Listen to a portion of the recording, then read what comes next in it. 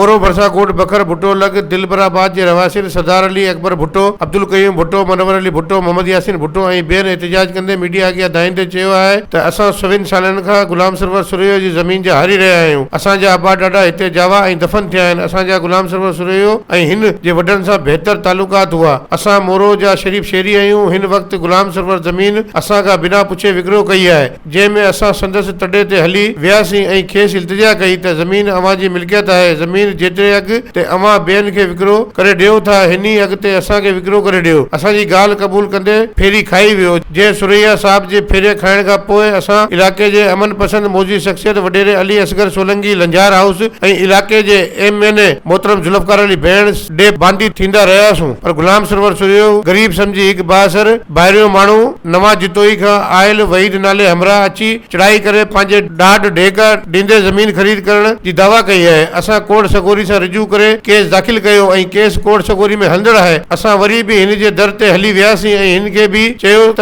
तव्हां असांजे घरनि में ज़मीन वरिती आहे, महिरबानी असां सां फ़ैसिलो कयो। ज़मीन ते असां जो हक़ आहे। असां PP जा वोटर वर्कर आहियूं, पोइ बि नाजाइज़ी पई थिए। हिननि एहतिजाज कंदे सिंध हाई कोर्ट जे चीफ जस्टिस वज़ीर आला सिंध, IG सिंध ऐं ॿियनि वसवारनि खां मुतालबो कयो आहे त वहीद मल्ला खे जल्द खां जल्द गिरफ़्तार कयो वञे ऐं हिन ख़िलाफ़ नेब ऐं FIA में कार्रवाई पिणु कराई वञे त जीअं इंसाफ़ जा तक़ाज़ा पूरा थियनि। ॿी सूरत में असां एहतिजाज जो दायरो वसी कंदासीं। मज़ीद खबरों और तफसीलात के लिए विजिट करें हमारी वेबसाइट www.awamiNewsHD.com।